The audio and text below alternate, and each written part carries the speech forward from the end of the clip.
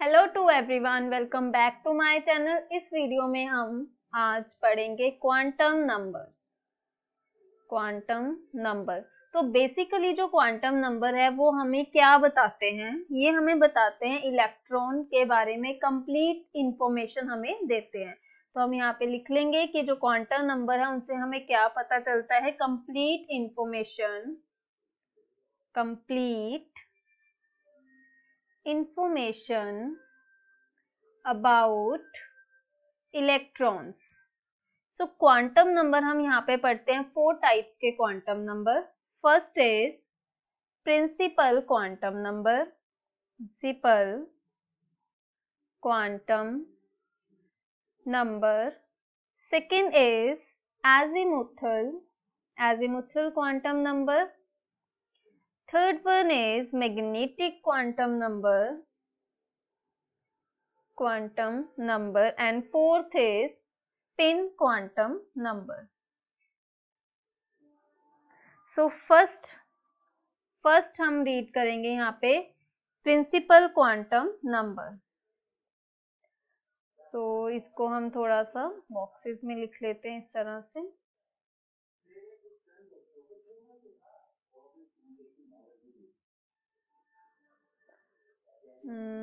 Just a minute, को ऐसे ही रहने देते हैं। तो मेरे को था कि थोड़ा सा अच्छे से रिप्रेजेंट हो जाए, तो लाइक मैं इस तरह से इसको तो फर्स्ट हम पढ़ेंगे प्रिंसिपल क्वांटम नंबर। प्रिंसिपल, तो जो प्रिंसिपल क्वांटम नंबर है उसको हम रिप्रेजेंट करते हैं स्मॉल एन से।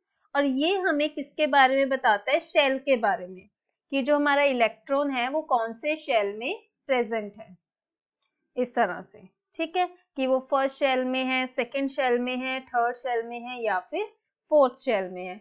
अब ये क्या होता है? न्यूक्लियस। अब न्यूक्लियस ये हो गए हमारे नंबर शेल्स, तो इसको हम रिप्रेजेंट करेंगे n1, n is equals to 2, n is equals to 3 up to so on। ये क्या हो गए हमारे शेल।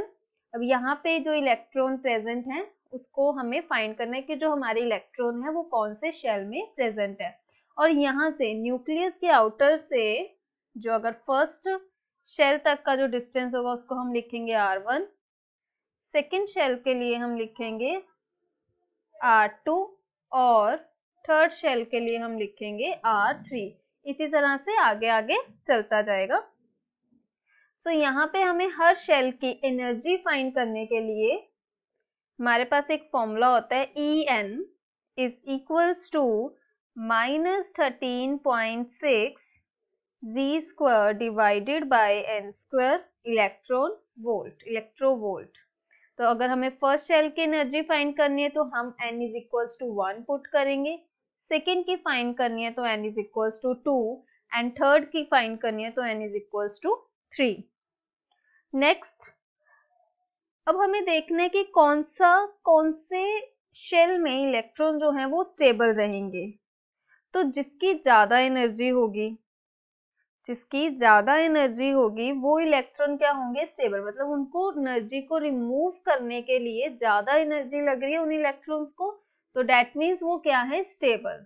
तो अगर हम बोलें, अगर हम यहाँ पे सबसे पहले तो हम यहाँ पे फॉर्मूला लिख लेते हैं En is equals to -13.6 Z square divided by n square electronvolt.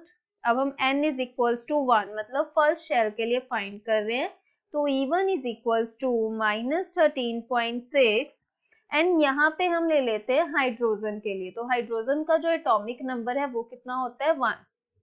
तो 1 स्क्वायर, तो 1 हो जाएगा। और जो n है, नंबर ऑफ शेल जो हमने ले रहे हैं वो कितना है अभी? 1। तो ये कितना आ गया? 13.6 इलेक्ट्रॉन वोल्ट।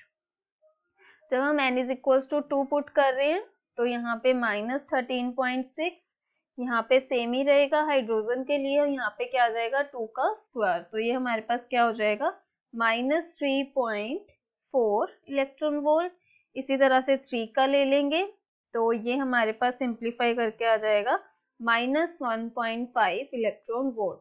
तो एनर्जी किसकी ज्यादा है? फर्स्ट शेल की जो एनर्जी सबसे कम है, बिकॉज जब माइनस साइन होता है, नेगेटिव साइन आगे लगा होता है, तो वो क्या हो जाता है? रिवर्स हो जाता है। तो सबसे कम किसकी है, E1 की, फिर E2, फिर E3, तो ये क्या हो गई, एनर्जी। और अब स्टेबिलिटी किस में होगी, फर्स्ट शेल जो है हमारा, शेल फर्स्ट, उसमें स्टेबिलिटी सबसे ज्यादा होगी।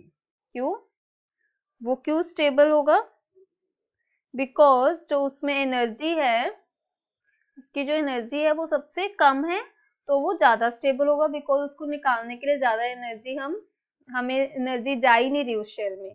फिर उसके बाद आ जाएगा सेकंड शेल, फिर उसके बाद आ जाएगा थर्ड, अप टू सोन। तो ये हो गई स्टेबिलिटी हमारी।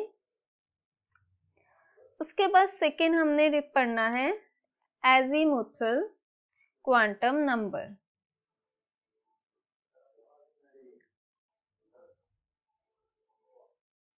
एजीमुथल क्वांटम नंबर, इसको हम और क्या बोलते हैं, सब्सिडरी क्वांटम नंबर भी बोल देते हैं, सब्सिडरी क्वांटम नंबर। तो ये हमें किसके बारे में देता है कि फर्स्ट जो था क्वांटम नंबर वो हमें बता रहा है शेल के बारे में। प्रिंसिपल क्वांटम नंबर किसके बारे में बता रहा है, हमें शेल के बारे में बता रहा है।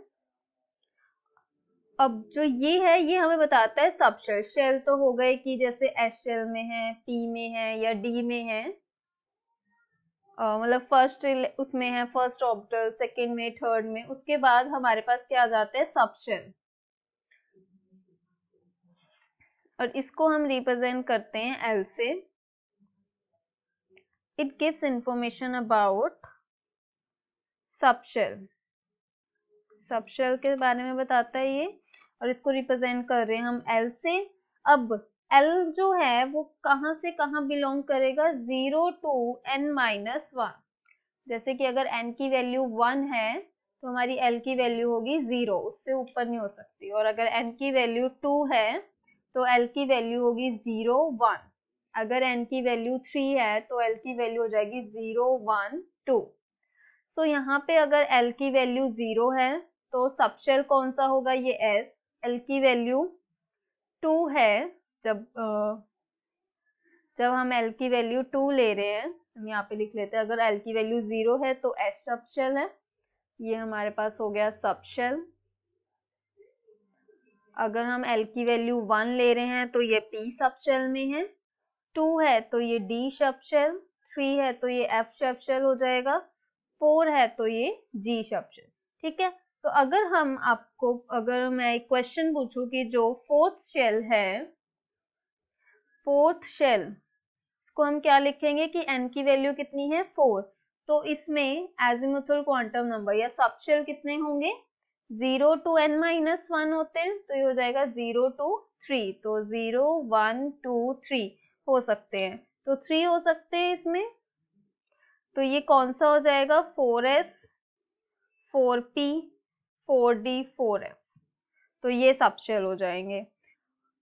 उसके बाद नेक्स्ट है हमारे पास magnetic quantum number.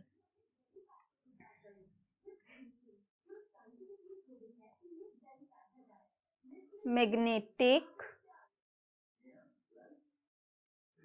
Quantum number, इसको हम रिप्रेजेंट करते हैं m, और ये इसके पैर में छोटा सा l, और ये हमें इंफॉर्मेशन देता है ओरिएंटेशन ऑफ ऑर्बिटल्स के बारे में, about orientation of orbital. Basically ये हमें ऑर्बिटल्स के बारे में बताता है। तो जो ml की जो वैल्यू है वो कहाँ पे वेरी करती है, -l to l। That means अगर n की वैल्यू 2 है तो l की वैल्यू कितनी होगी, 1। तो ml की वैल्यू कितनी होगी, -1 to 1। तो इसमें क्या आ जाएगा, -1, 0, 1। आई होप कि ये आपको क्लियर हो रहा हो। ठीक है, उसके बाद तो इसमें सबशेल कौन से होंगे, 3 आ रहे हैं, तो ये कितने होंगे, p सबशेल में -1, 0 और 1, इस तरह से। उसके बाद नेक्स्ट आ जाता है हमारे पास spin quantum number. Spin quantum number, इसको रिप्रेजेंट करते हैं हम s से। इसमें 2 टाइप से, ज्यादा इसमें कुछ नहीं है। s is equals to plus minus 2, या तो बोलते हैं plus half and minus half. So आपको क्वांटम नंबर बिल्कुल क्लियर हो गए होंगे। सो अगर मैं आपसे क्वेश्चन इसमें पूछूं तो उससे आपको ज्यादा क्लियर हो जाएगा कि quantum which of the following sets of quantum number is not possible, which of the following set of quantum number is not possible. तो इनमें से कौन सा जो है वो क्वांटम नंबर पॉसिबल नहीं है। तो फर्स्ट ऐसे है n is equals to 3, l is equals to 3, m is equals to 2, s is equals to -2। B option है n is equals to 4, l is equals to 2, m is equals to -2, s is equals to plus half. C option है n is 5 is equals to 3, m is equals to 4, s is equals to minus half, and d is equals to, and d option is n is equals to 4, l is equals to 0, m is equals to 0, and s is equals to plus half। अब quantum number से related है और हमें पता है अगर n है तो l की जो वैल्यू होगी वो होगी हमारी 0 टू n-1। तो पहले सब में l चेक कर लेते हैं। क्वेश्चन हमें ये पूछना है कि विच इज नॉट पॉसिबल। तो अगर n 3 है तो l 3 पॉसिबल नहीं है, क्योंकि जो l होगा वो ऑलवेज n से 1 नंबर छोटा होगा। तो ये पॉसिबल हो सकता है 0 टू 3 होगा इसमें l की वैल्यू। इसमें भी n अगर 5 है तो l की वैल्यू कितनी होगी 0 टू 4। इसमें n अगर 4 है तो l की वैल्यू 0 टू 3 होगी। ये तो सारे, तो फर्स्ट वाला ऑप्शन हमारा क्या हो गया, हट गया, एलिमिनेट हो गया, विच is not possible. First is not possible. उसके बाद ये भी पॉसिबल है, ये भी पॉसिबल है अभी के लिए। उसके बाद हमने m भी चेक करना है। तो m इज इक्वल टू कितना होता है -l टू l। तो इसमें चेक करते हैं कि अगर हमारे पास l जो है वो 2 है और m कितना है -2, तो ये पॉसिबल है, -2 टू 2 होगा। Is it okay. अब l से m जो है वो l से बड़ा नहीं हो सकता, तो सिर्फ C option is also not possible for this question, और ये भी हमारा करेक्ट है, l 0 है m भी 0 है। तो ऑप्शन इसमें आ जाएगा हमारा option A and C, which is not correct. I hope friends कि आपको ये क्लियर हो गए हो क्वांटम नंबर। नेक्स्ट इसमें जो है ऑफ प्रिंसिपल, हंस रूल, पॉली एक्सक्लूसिव रूल, वो हम नेक्स्ट मेरी वीडियोस में आप देख सकते हैं। Thank you.